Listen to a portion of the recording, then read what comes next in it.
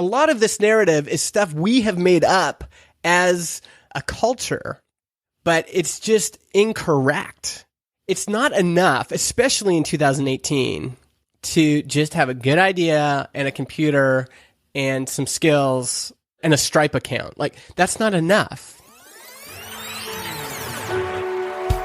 Hey, podcast listener, even if you are alone in your entrepreneurial journey, know that today, right now in your earbuds, you are joined by thousands of entrepreneurs from all around the globe seeking to grow better, more profitable, location-independent businesses. If you'd like to learn more about what we do and download our entire back catalog, check out tropicalmba.com.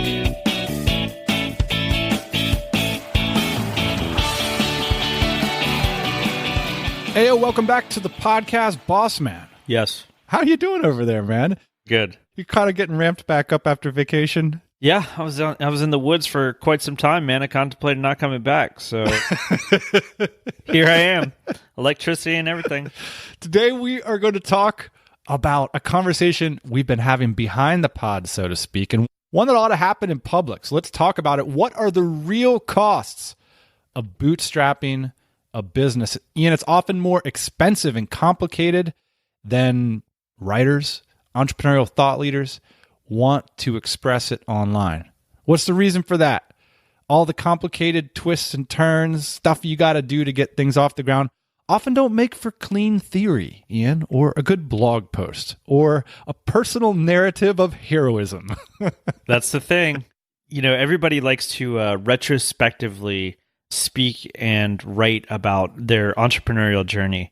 And a lot of times people, I don't think it's necessarily their fault, but they omit a lot of interesting details about lying, cheating, stealing, begging, borrowing, things like that. Sadness, depression, feelings of hopelessness. You know, there's all different kinds of things that are, and look, we are implicated in this as well. Oh, that's why I know all those things.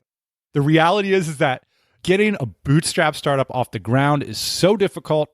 Often so many of the details get lost in the shuffle. You know, side income streams, rich family members, begging, borrowing, and stealing. It all happens. And today we're going to call some people out. And to help us do it is someone who's written extensively about the topic, Justin Jackson. You can listen to the story of his new bootstrap startup on his podcast, Build Your SaaS, SaaS being software as a service. They're starting a startup, Ian, called Transistor.fm. But the reason we invited Justin on the show today is because he's a great writer.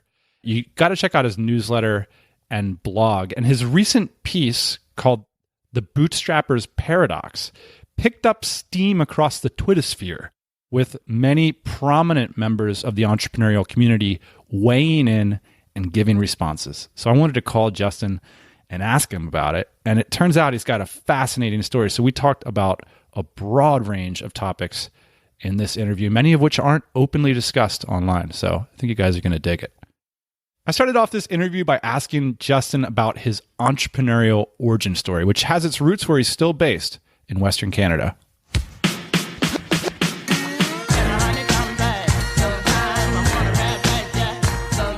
I had little businesses in high school. My friend and I put on Stony Plain, Alberta's first ever all-night rave, and that was in grade 12. And we actually made quite a bit of money off that. Went to college for business, and when I graduated, started working in the snowboard industry.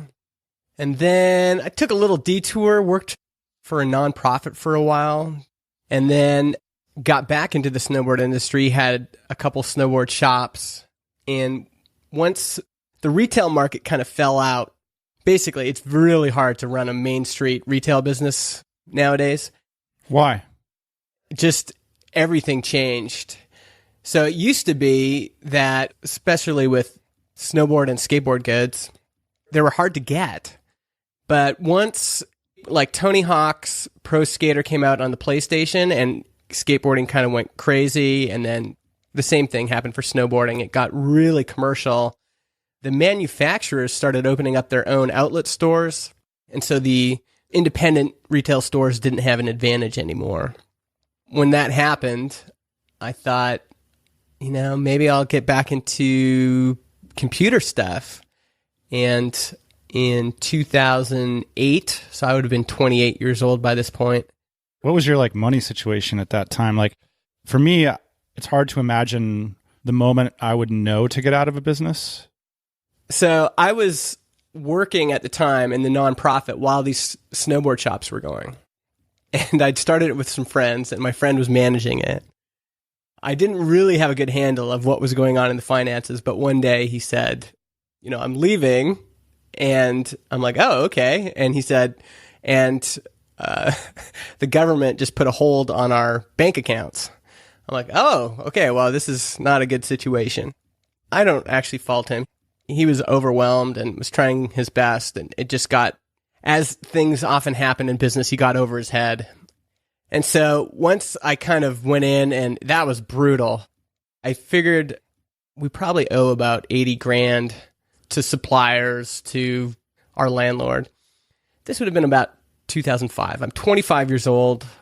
We had 2 kids by this point. And what I didn't realize is ideologically, I thought what you do in a situation like this is when you mess up, you own it and then you pay it all off. And so we closed the business, and my wife and I have this $80,000 debt that we're paying off. And I've since learned that nobody and especially in the retail business does that. When you close, the business declares bankruptcy, and then you negotiate with your suppliers and they get whatever they can get, right? But I just thought, no, I've got to pay this all off. This is the situation we're in. Do you regret that? Maybe the only thing I regret in life is that I wasn't more open to mentorship and coaching. I just wanted to do everything myself. And I think if I'd been open to having, older kind of business people in my life that could say, listen, Justin, this is how it works. In a situation like this, you protect your ass. But I don't actually regret, learning that stuff. It's always hard to say how my life would have been different if I hadn't gone through that. Right. And so after that business failed, my wife and I said, we're not doing this again until all of our kids are in school. And so from 2005 until 2016, I really didn't do any business stuff. I just went and worked a day job. I was working for a software company called MailOut that did email newsletters, and started at the bottom doing customer support and answering phone calls and things like that. I really wanted to advance. And so within, even a year, I was starting to do product management for them, and then eventually became the product manager for the company. 2014, I started working for a different startup in Portland called Sprintly. That came out of, I started this podcast called Product People, and they were one of our advertisers. And so when I wanted to make my next jump, the leverage I had in that situation was I had a job, but I had created a network that was outside of my hometown. I was interviewing all of these product people from all over the world, and I was developing relationships with advertisers and other people. And so some of them started offering me jobs, and I had this ability to go, oh, well, I could take this and, kind of make my next move. So yeah, 2014, I started just working remotely for Sprintly. Did that for 2 years, and then things kind of went from there. How did you make the decision to go out on your own? What was the series of considerations? 2015, I self-published a book and a course called Marketing for Developers. I think in its first year, just on the side, it did $66,000 or something. And I thought, well, if I'm able to do this just on the side, maybe there's something else here. And I'd also started a membership site specifically for product people like me that were building things on the side. It was initially called JFDI. Just fucking do it. Now it's called MegaMaker Club. And so I had started a few things on the side, and when Sprintly got sold, I was like, okay, what's my next move? I could go out and find another gig, or maybe now's the time to go independent. And so, 2016, I decided to focus on my own stuff and run a business again full-time for the first time since we had the snowboard shops. There's this idea that information courses and books are kind of a sexy business model, but a lot of people struggle with them. What is it that you saw that so many don't see? I think in general, what I've seen is when there is a pocket of pent-up demand that hasn't been fully explored yet, that's a good opportunity. And so here's an example. So I'm doing this podcast, I'm doing this newsletter, I'm writing blog posts, and I start to get emails, mostly from developers. The emails all had the same trend, which was, I've built something, how do I get customers for it? And so when I saw that over and over and over again, I realized, there's lots of marketing resources, but there's not very many that are written for that audience. 2013, I just put up this simplest landing page, which was, it just said marketing for developers, a book for programmers who are building and launching their own thing. And that was it. Just sign up to get a free chapter. And I'd written just one chapter, which was the sample chapter. And pretty soon it had 1,000 people on it, and then 1,500, and then it just kept growing. And so writing a book is really hard. I don't recommend it to anybody. It's like basically the worst experience ever. What kept me on the project from 2013 to 2015, when I finally got it done, is the fact that there were so many people that had signed up for this list and, were waiting for something like this. They were looking around for solutions and they hadn't found anything. Why do you write? I feel like on the web, writing is kind of everything. I really like podcasting. I really like video. I love getting in front of audiences and speaking publicly. But there is nothing that clarifies your thinking like writing.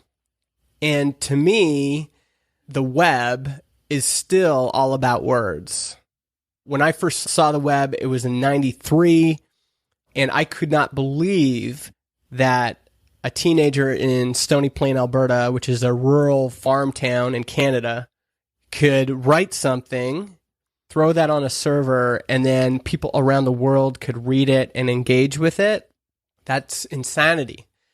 For me, everything still starts with words on a page, whether I'm going to turn it into a podcast or a video or whatever. To this day, I'm not the best writer. I'm probably a better public speaker than I am a writer. But to this day, the things that resonate most with people are the things I've written. They're not the talks I've given or the podcasts I've done or the videos I've made. It's always writing.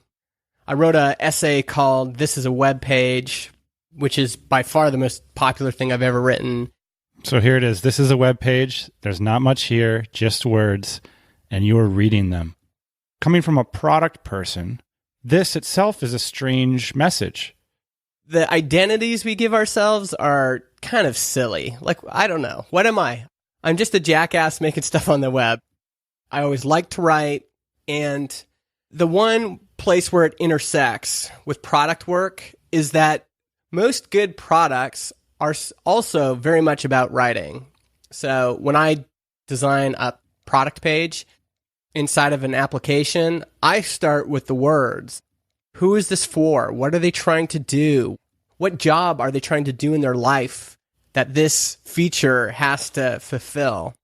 And when I can articulate those things, then all of the other stuff, buttons and Chrome and all that stuff, that can come later. But I like to think that I could design almost any product feature using just text and basic hyperlinks.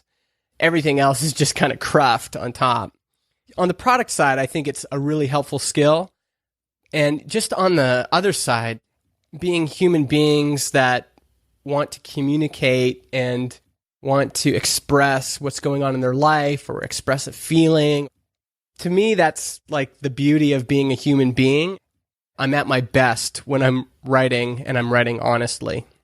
I love this piece. And one of the things I found with my team is when we're coming up with a new product offering, no wireframes, no sales page mockups, no photos. It has to be only text.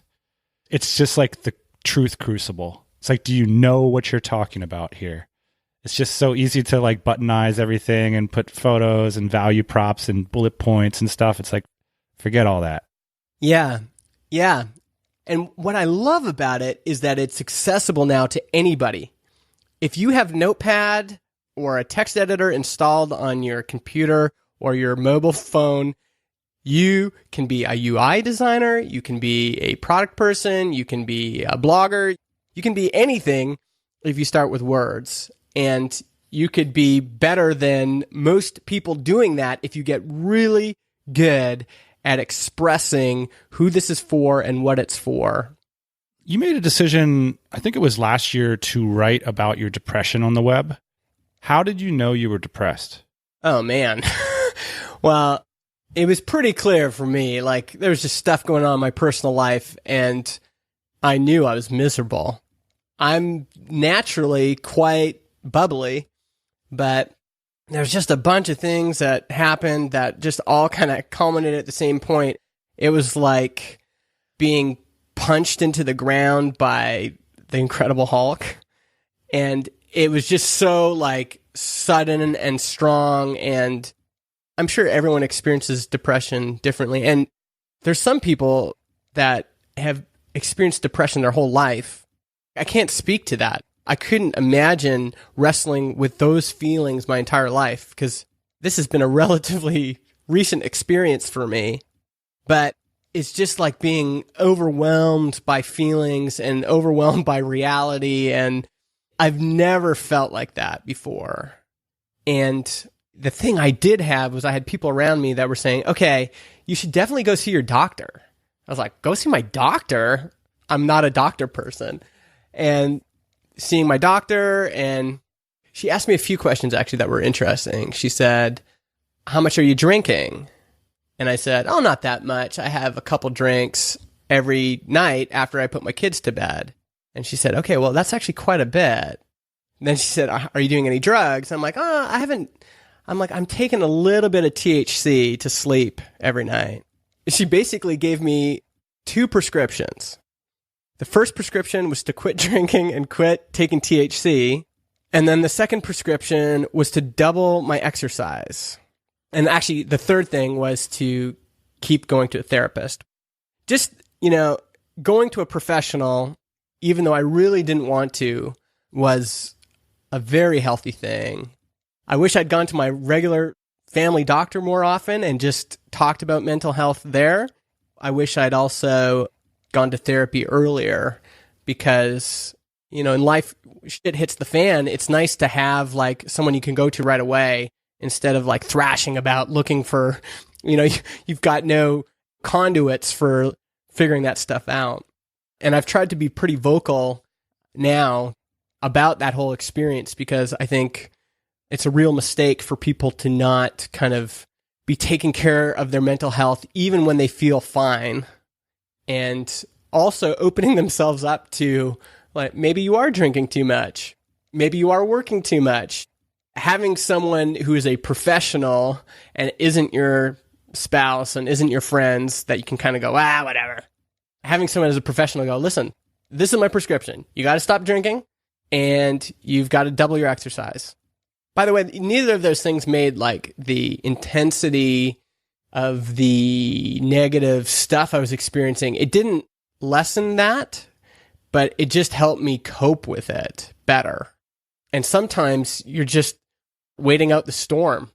So, yeah, it was a crazy experience, and I don't really want to go through that again, but I'm glad I went through it because I think what I learned about myself and just about human beings and mental health and all those things was so helpful.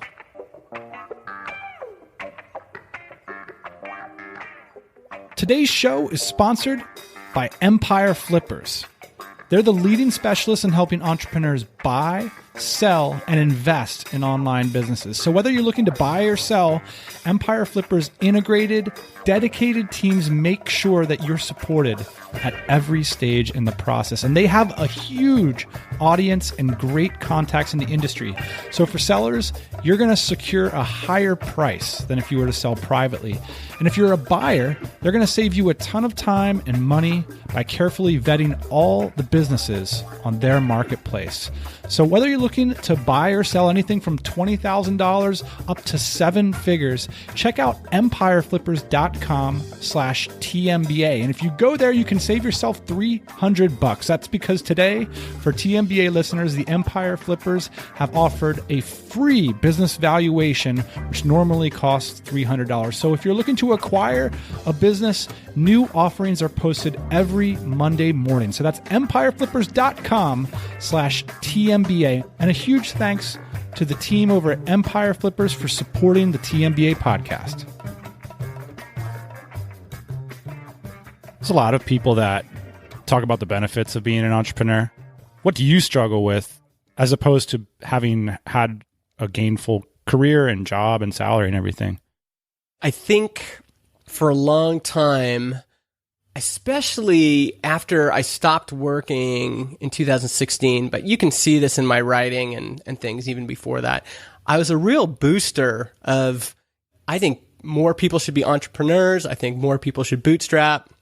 And to a certain degree, I think all of that's still true, but I'm also realizing this is not for everybody, and it is actually really hard. And initially, it felt easier because, I launched this thing on the side, and I always had a safety net, which was this job, right? So I released marketing for developers. It does great. I launched MegaMaker Club, and it was just gravy because it was on top of what I was already doing. But when you're completely independent and you have no safety net, it's a much different game, mostly because of your mind. We do not work very well under anxiety. And a lot of entrepreneurship is being under enormous pressure and enormous stress and having to make decisions. I think that is a piece that I didn't fully consider. And I think the things I said on the other side of the coin are still true as well. I think there aren't very many good bosses in the world. And so working for someone else, there's a lot of negatives to that too. The things that drove me into wanting to be my own boss are still true. And I still enjoy the freedom that I have as a business owner. Like, I just didn't like the idea of I had to ask somebody if I could go on vacation. This kind of indentured servitude feeling. There's something about that always bugged me. There's lots of positives. I get to live in this beautiful town because I'm independent. But when I was depressed and I was doing maybe an hour of work a day, if that, and that lasted for a year, that sucked. If I'd had a regular job and I could have shown up and just kind of gone through the motions, I would have been a lot better off financially. So there are definitely downsides to being an entrepreneur. I think in the United States, even worse, because in Canada, at least we have healthcare. So I pay for my therapy out of pocket, but I don't pay for like going to the doctor. Right. And I've seen a lot of my friends in the US, not having that, which is a form of safety net, that makes it too much. Like, okay, I can't be an entrepreneur because if we lose that, you can take my house, you can take my car, you can take everything. But if I can't go to the doctor without paying, $100,000 or whatever it might be, I can't take that risk. Just for context, I'll put this on the record. I'm paying my healthcare bill today. I have to promise to my insurer that I won't spend more than 6 months a year in the US. I am single, never had a health problem. I am under the age of 40. My deductible is thousands of dollars, and my monthly bill is $350. That's crazy. Isn't that incredible? That's a car payment. That's like a really nice car. Yeah. And this is something I've been writing about lately, which is I think we've also written a really false narrative about bootstrapping in particular. And the mythology goes like this. The cost of running, cloud infrastructure has gone down dramatically, and anybody with a laptop and some skills can build something and launch it, and from customer revenues can build a business.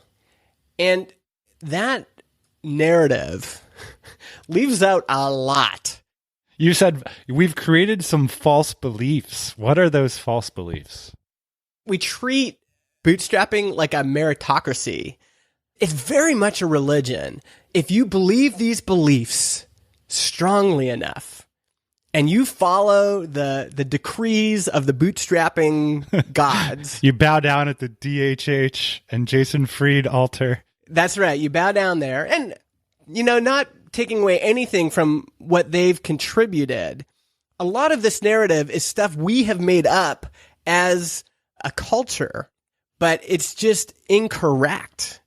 It's not enough, especially in 2018, to just have a good idea and a computer and some skills and a Stripe account. Like, that's not enough. There are a lot of other factors that people don't consider. Let's dig in. Like what? Well, one is not everybody comes to the table with the same resources. People's definition of what a bootstrap business is varies quite a bit. But generally, let's say it's not accepting venture capital. And the other kind of trope is that it's self-funding your business from customer revenues. Nobody starts a business without first investing something. If you had a laptop before you started your bootstrap business, then you're investing that resource. If you had 10 hours on a Saturday, you're investing that resource. If your dad gave you a $5,000 loan, that's a resource you had. And we all come to the bootstrapping table with different resources. I think it's disingenuous to tell people that it's just enough to have an idea and a laptop, and this idea that you can just launch something and make enough from customer revenue that it'll work. Now, that does happen, but even there's patina that you don't know about. Meaning, like, there's other things going on. There's texture to all of this. Yeah. Like, I have a piece of texture. For example, I made $45,000 a year doing SEO on the side the first 2 years I ran my business. That story exists in every bootstrapping story, but it's not part of the book. It doesn't make sense like, oh, I cut a deal with a guy who I knew for a while and he was a good friend of the family, and so he decided to pay me anyway. That's not like a good story. It's not a replicable model, so it doesn't make it out there. Exactly. It's not sexy enough.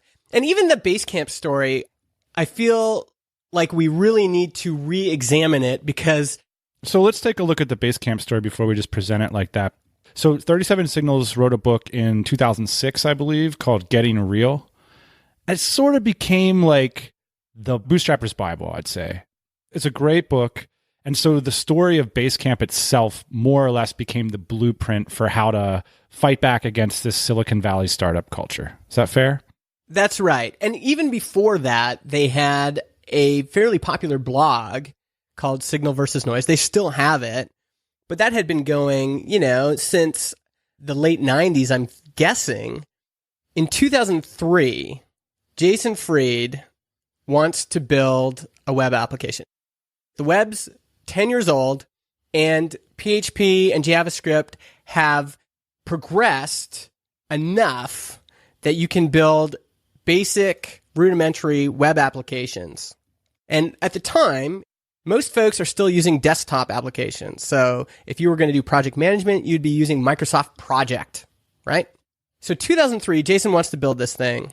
And Jason, if you're listening, feel free to correct this. But this is from talking to him and David, this is what I understand. He's looking for someone to help him with PHP. He finds this kid in Europe named David Hannemeyer Hansen. And David says, I'll help you with that. And Jason pays him in Apple parts initially. This is how Basecamp started. They keep working on it. 2004, it launches. So by this point, David and Jason have some sort of partnership. David moves to the United States. Basecamp launches, and it launches to an audience. They had Signal versus Noise, a popular blog, and it starts to gain traction. And basically, there's not that much web software at the time. So the challenge that they had is they had to communicate what web software was, which was difficult, but they did have, Salesforce had already launched. People are starting to have a place in their minds for what, a web application is. 2005, a year later, they decide to stop taking new consulting clients. So they're still doing consulting work, but they stopped taking new consulting clients. 2006, it's been 2 years since they launched this thing. Jeff Bezos had seen Jason speak, and Jeff was impressed. Maybe he'd seen what David was doing with Ruby on Rails. He was impressed, and he just wanted a part of it. He wanted to be a part of this movement that they were creating. And so he offered to buy some of their shares personally, in the same way that you might sell a vacation property. Like Jeff wanted a bedroom in the back. He didn't even want to use it very much. That's right. It must have been incredible. Amazon is a huge success, and Jeff reaches out and says, I want to be a part of this. And so he buys their shares privately. Now, we don't know how much that was, but David wrote a piece about the day he became a millionaire, which is the day that Jeff bought shares. So we know David got at least $1 million. David does not have a biggest percentage as Jason, so we can prognosticate about how much it was. But this thing has been going for 2 years, and now each of them have at least $1 million in their personal bank account. And this, to me, already changes the mythology quite a bit. Because what a lot of bootstrappers are killing themselves doing and grinding themselves down doing is building web applications and launching them and trying to make a living from customer revenues. But what kills bootstrap businesses is burning out. You run out of money, or you get too stressed out, or you don't have enough flexibility in your finances, or what have you. And so, God bless them. That is the most incredible story ever. This idea that you launch a business and somebody is so impressed by it that they do that kind of deal with you, which, to be honest, I have not heard of anybody else that's had an investor like that.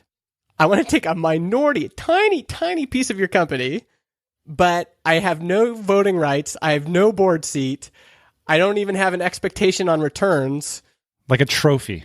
It's crazy. Yeah. And who knows? Who knows what his motivation was? For Jeff, at the time, I don't know how much he had at the time. I'm guessing multiple billions. $1 million is not $1 million or 2 or 3 or 10 or whatever. It's just not that much money for him. But for the rest of us, that's a huge amount of money. And that's the difference for a considerable proportion of Americans. $500 is the difference between them making rent and not, or eating food and not.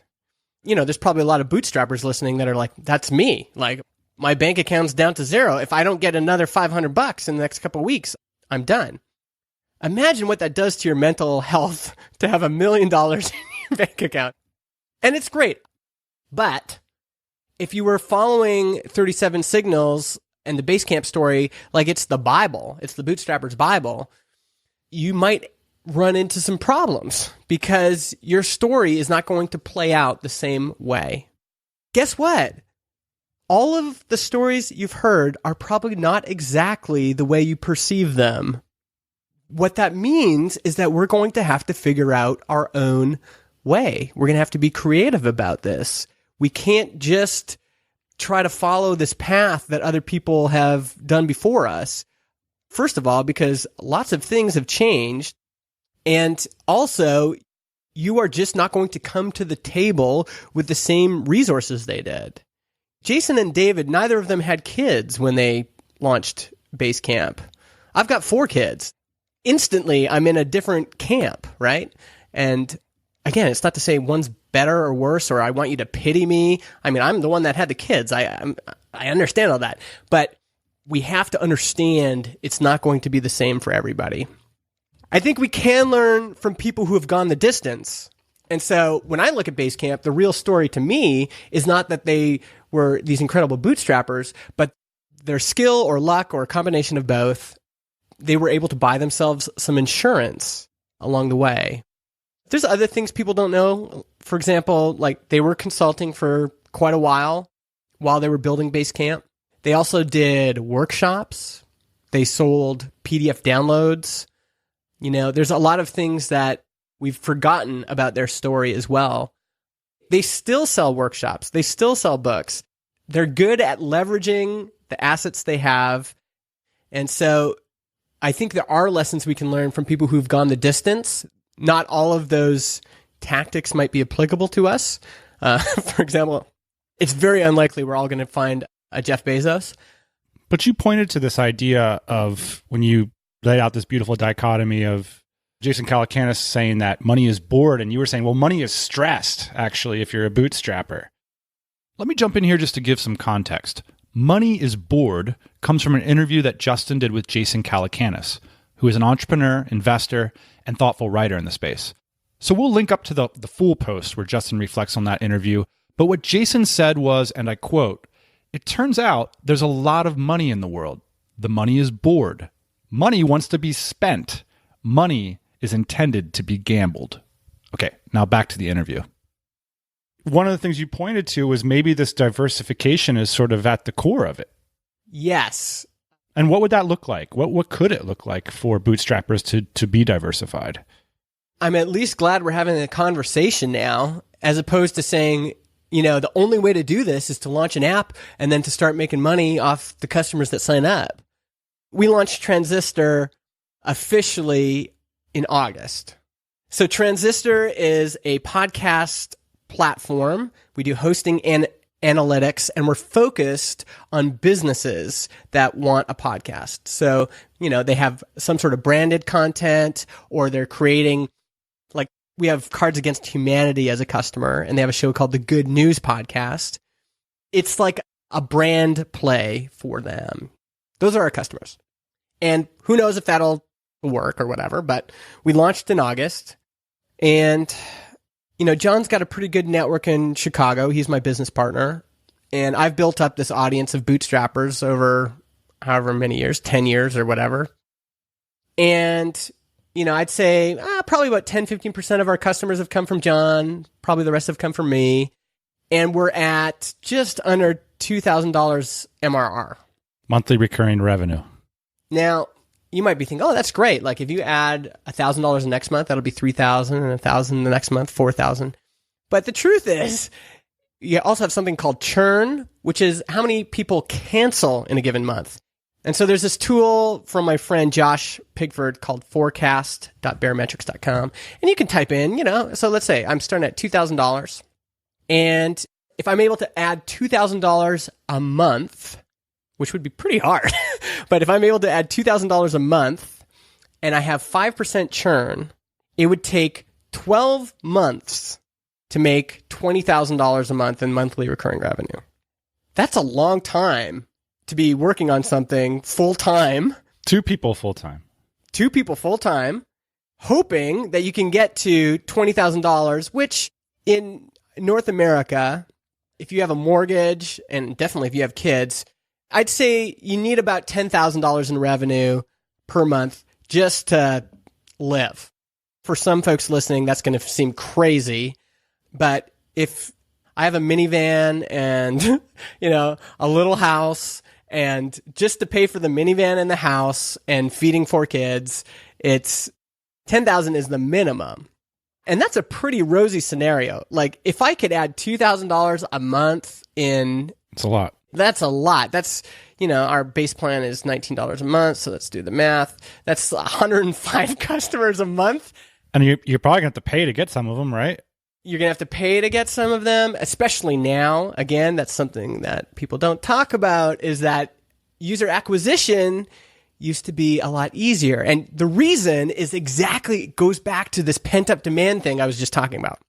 There's this kind of like growing pressure of when is this thing going to launch? We saw this with the iPhone. You know, everyone hates their smartphone. We have the Nokia E37 and, you know, the BlackBerry, and they're kind of these clunky devices.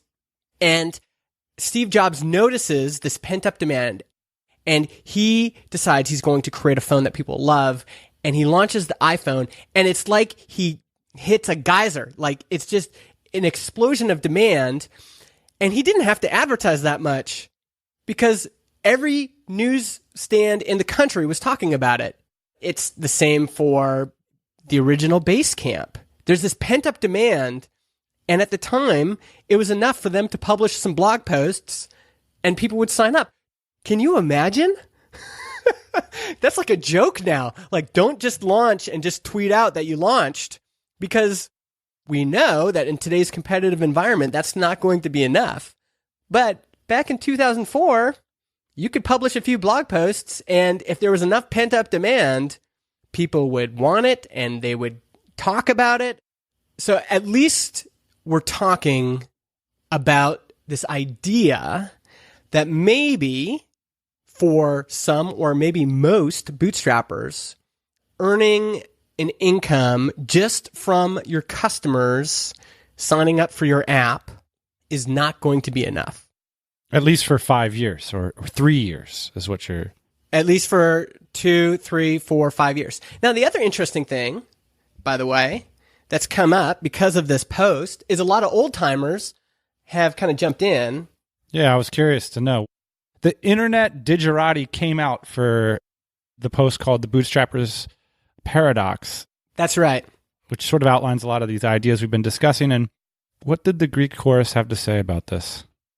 It's actually really helpful because there was a clear delineation between the new bootstrappers and the old bootstrappers.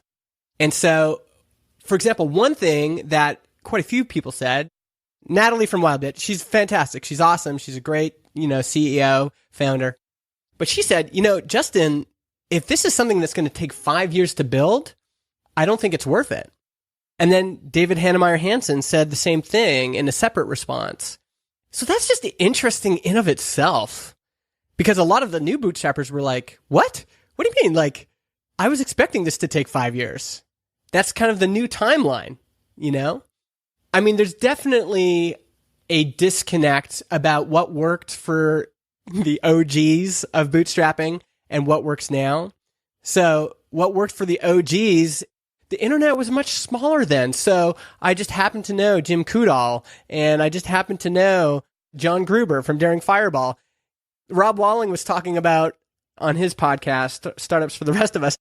We used to go to these blogging conferences, and I met Jeff Atwood from Coding Horror. It was a different time. And so I think one lesson for sure is what worked back then is not going to work now. And it is going to be really difficult for the OGs to sympathize with what it's like now because they are already in a different context.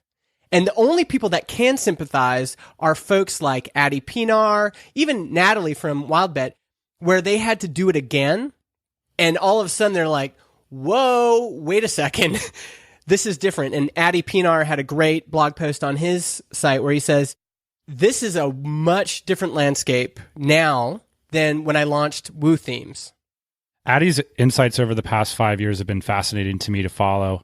He actually wrote me a note about a book that I wrote about exiting businesses. I quote DHH extensively in the book, talking about like sort of restarting when you're in your 30s instead of your 20s. And even that life circumstance, you mentioned how life changes dramatically over 10 years.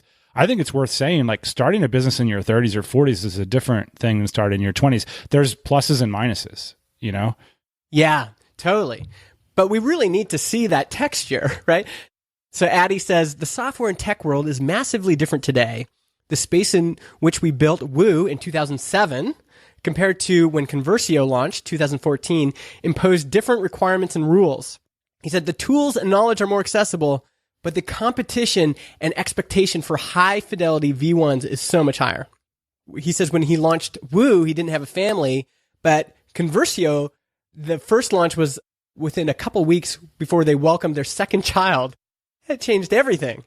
Well, Jason gestured towards it on the Reddit post you quoted in your piece, basically saying like, I was a dumb POS when I was in my 20s. I'm not a good person to ask about this. I quoted this guy named Jason Eckenroth who talked about exiting his business for 8 figures. He's like, all of us founders, we look back on those founding days with rose-colored glasses. Like we totally forget how insane we were, like all the crazy hustles we did, like all the weird corners we cut that we would never be willing to do as respectable, middle-aged people with families, you know? You're not going to be that person again. Yes, totally. Well, you even said it. We are oh so quick to identify with the successes we participated in and then say, oh, that was me. Rather than you sort of walked by at the right time with the right set of BS or whatever happened and it worked out. And now that's you. And you sort of like, you take that into your 30s. That's right. Yes. So that thing you just alluded to, that we only pay attention to the winners and we only pay attention when they win. There's a few people we haven't heard from recently or lately, and it's like, oh yeah, what happened to that person? I think winners do have some characteristics. They're able to try longer and harder than the rest of us or than most people. Not in terms of like keep going on the same idea. I think actually winners are really good at ejecting from bad ideas, but they keep going in this idea that we're all pursuing, which is, I want autonomy in my life. I want to be able to make things. I want to be the boss, all of those things. Well, you mentioned it. Let's talk about the diversification plus the insurance plus the parlay, which is something talking about that a lot of successful founders have. It's like this, that led to that and that led to that, and all sort of rolls up. That's right. Into one soup of success in the end, but it was only one thing that actually hit that made all the difference. So essentially people are just, they're staying in the game. It's so easy to get ejected from the game if you're not diversified, if you're not parlaying, and if you don't have an insurance policy, whether that's a side hustle or an income stream from a side project or whatever. Totally. And even then, so right now, if I can be completely transparent, I do feel like I'm hanging on by a thread in that I've been working on Transistor now since December. We're in the 9th month or something, 10th. So it's been 9-10 months. And I didn't realize how much of my time and energy and focus that was going to take. And then also in the context of my depression and everything, wow, it really took a lot out of me. And so I feel fortunate in that I have, I didn't even realize it at the time, but I've been building up, an audience. I've been building up some assets.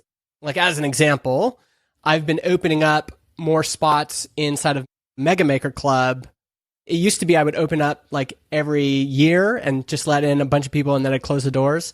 And now I'm doing it much more. I'll let a few people in every week.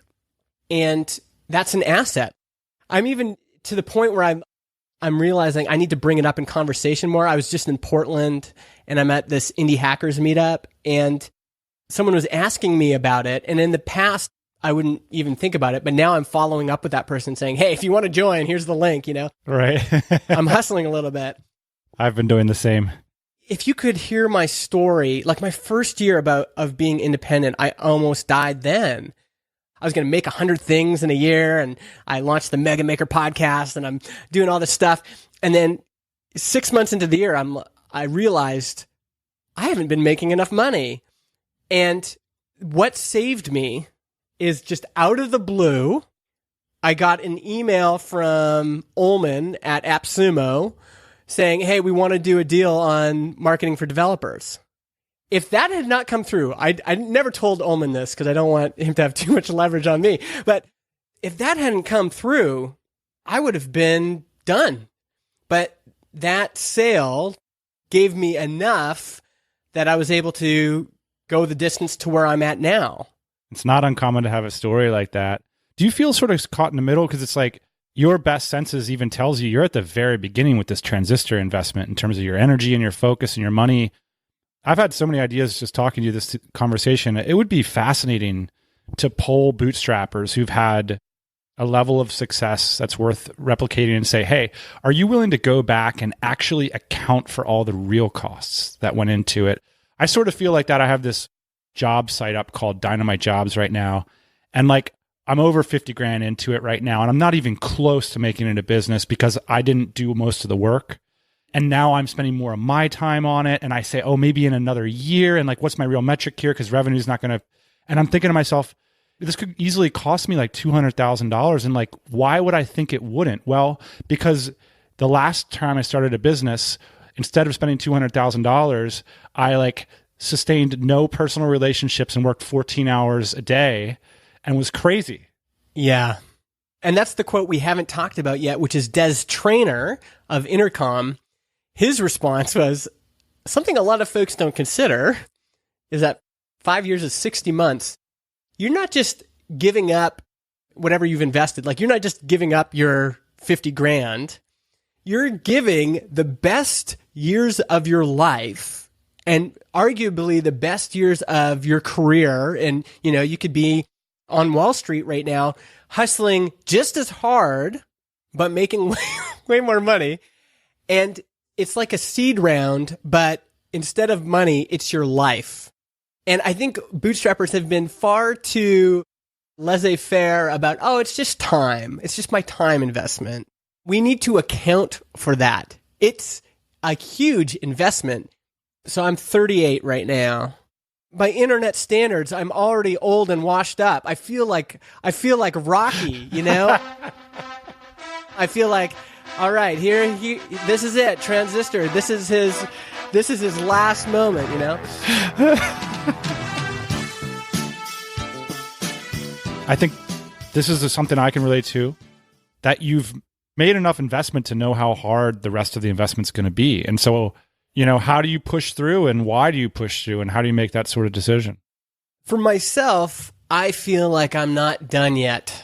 I do feel like Rocky. I feel like I've got a couple more fights in me, and I'm not opposed, by the way, everyone listening out there, you know, all my friends in the world, I'm not opposed to taking a job at some point in the future. I've had some really awesome companies offer me jobs, you know, right around the time I was going to go independent, and I said no. And I'm not opposed to doing that if someone would have me in the future. But at this moment, I feel like I've still got some fight in me, and there's lots of things motivating me. So one thing is, if I get a job, it's either going to have to be remote or we're going to have to move. And I don't want to do that to my kids. The other thing, I recently did this exercise where in a notepad, I wrote down the things I'd accomplished and the things I still want to accomplish in my life. And when you look at that list, for example, one thing I want to own commercial real estate. I've just always been into real estate, and I want to own a building. I don't know why, I know why, but you know, that's something I want to do. Well, I'm realizing to accomplish that goal, if I want to do that, I can't just feeding my kids isn't going to be enough. I'm going to need, you know, some cash to do that. I'm not going to get there just working a desk job.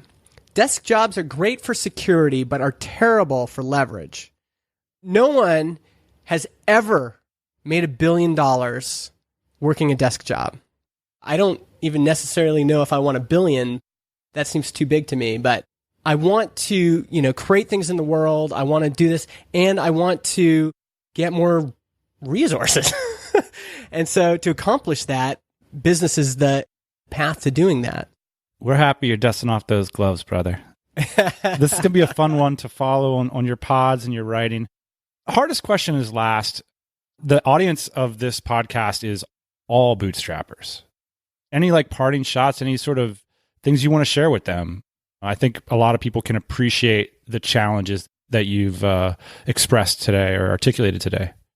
The biggest thing, I think, is to quit thinking about bootstrapping like a meritocracy where we're all starting at the same starting line. That's not true. So any advantage you bring to the table is not cheating. If you have a rich uncle that wants to invest 100 grand into your business and doesn't want to be paid back in 10 years, take the money.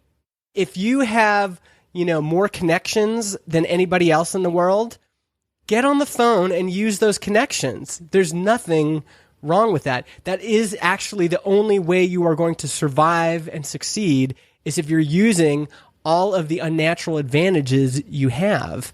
And if you don't feel like you have very many unnatural advantages, start building them. Business is not nice, it's survival. And you want to use every single advantage at your disposal if you're going to go the distance. One of the things I've noticed about a lot of these people who present these mythologies online is it's like a business card or a book, or it's like this really kind of cool image of them and like what they did and everything. But I notice when I meet these people in person, one of the differences is edge. Oh man, like that dude's a hustler, but he like presents himself online in freaking corduroys and like he's just this thoughtful guy who meditates or whatever. But then you meet him in person, it's like, holy shit, like that dude used to get beat up in high school and he's got an edge, he's got a chip on his shoulder, you know what I mean? Yeah. Even like these kind of like Messiah dudes and like everybody knows who they are, but then you meet them in person, you're like, oh man, that's a bad dude, that's a bad chick, like. Yeah, some of them have that for sure, which is one of the nice things about actually getting out from behind your computer and actually talking to people. I think podcasts like this are great too, because we've talked quite candidly, but you would if you get me drunk, I'll tell you even more stuff for sure. I hope to do that one day. If you want the real truth, then that's it. And I've definitely been guilty of pretending I'm someone I'm not, or I'm at a certain status level that I'm not. And lately I'm just feeling like, no, I want to clearly communicate what's happening, because it would be a real shame for people to start bootstrapping thinking, oh, it's just this magical world where you just have a good idea and get customers and then everything works out. It's just not true. It's really, really hard. For some of us, it's worth it. If I die doing this, I'll be happy. If I die in a cubicle, I will be so sad. Justin, thanks for coming on the TMBA podcast. We appreciate it.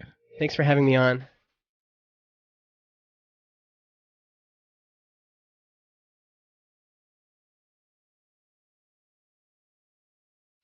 Boss man, so many things to pick up from this interview. Big thanks to Justin Jackson for his excellent writing.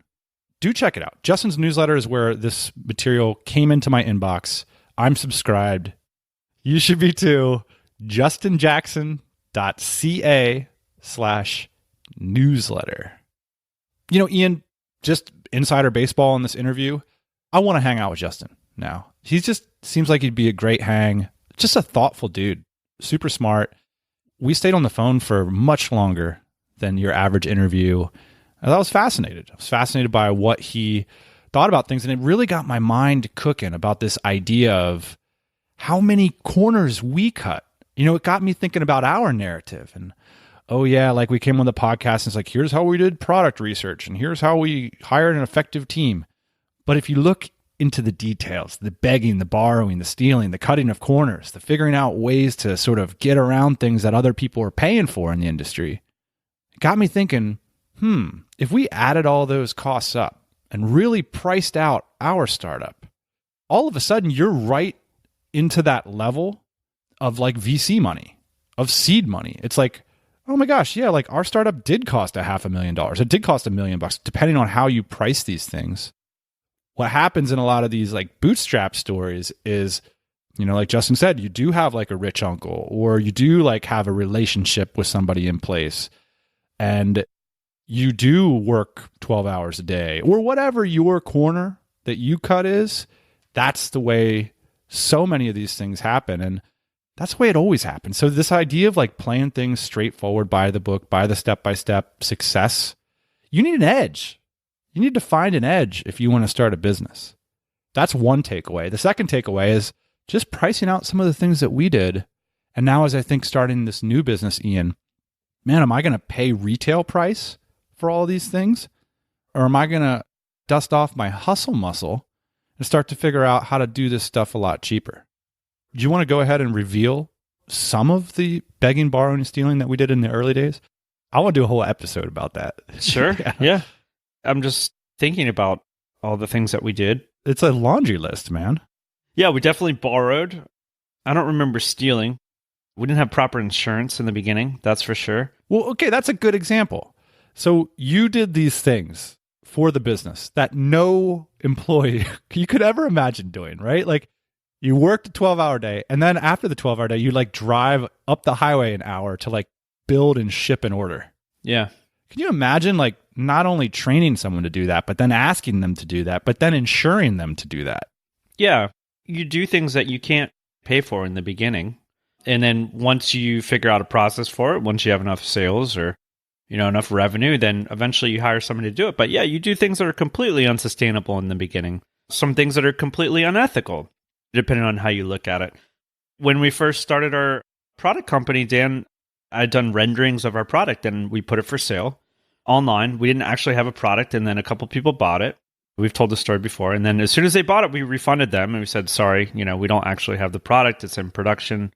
We'll let you know when it comes in. But a lot of people would think that's pretty unethical. Yeah. We return their money right away. But, these are the types of things that you do to figure out if you're going to have a viable business. These are the types of things that you do to save yourself $60,000 in production costs. Well, one of the stories that we've gone into, not into extreme detail, because again, these things are hard to replicate, but we originally had a third business partner who owned 33% of the equity in our company. And the reason that business partner earned that equity, because he opened up his platform and factory relationships for us to build our product business on top. We cut a deal for the platform. Now, how much would that platform cost us in cash if we were going to go build it? And how much better was it for us to have that platform than to start the next, drop shipping business, which, that's not nearly as impressive or as substantial of an asset as actually having a real product business with real factory relationships, etc.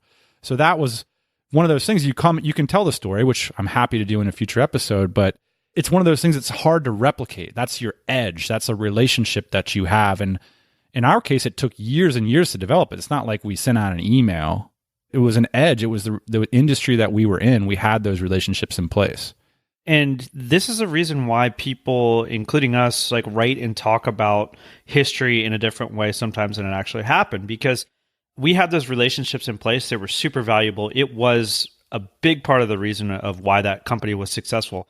That being said, I can see pretty easily after you go through that process, but you have to go through that process, how to build those relationships without having that infrastructure. And that's essentially what people do is they go back and say like, well, yeah, we had this infrastructure, we had these relationships, but it's like really easy to create this, right? Like you go to Alibaba, you just call some suppliers, you have them make some samples for you. And I think all that's true. Like once you go through the process, you can see how it's done and you can communicate to people another way to do it. But it was a huge advantage for us having those relationships in place. Absolutely. Everybody's got to find their advantage, their rich uncle. What is your edge? Maybe that's the takeaway of this, because that's where you're going to be able to bypass a lot of the costs that a lot of people think they need to pay, or particularly when it comes to second and third time entrepreneurs or those with funding, they actually do pay. And the question is do you want to write that check, or are you willing to find ways to get around it? That's the question for today. We want to hear your thoughts. Check us out over at tropicalmba.com/the cost of bootstrapping. And also check out our guest, justinjackson.ca/newsletter, his excellent writing and blog. I still an enormous fan of blogs, Ian, and Justin's is one of the best. Thanks for joining us. Let us know your thoughts on this one, and we will be back, as always, next Thursday morning, 8 a.m. Eastern Standard Time. Hey, thanks for listening to the Tropical MBA podcast. You can go to tropicalmba.com, get access to hundreds of back episodes and all kinds of other goodies. Load up your iPod. That is the cheapest way to fly business class on your next international flight. We will see you next Thursday morning, 8 a.m. Eastern Standard Time.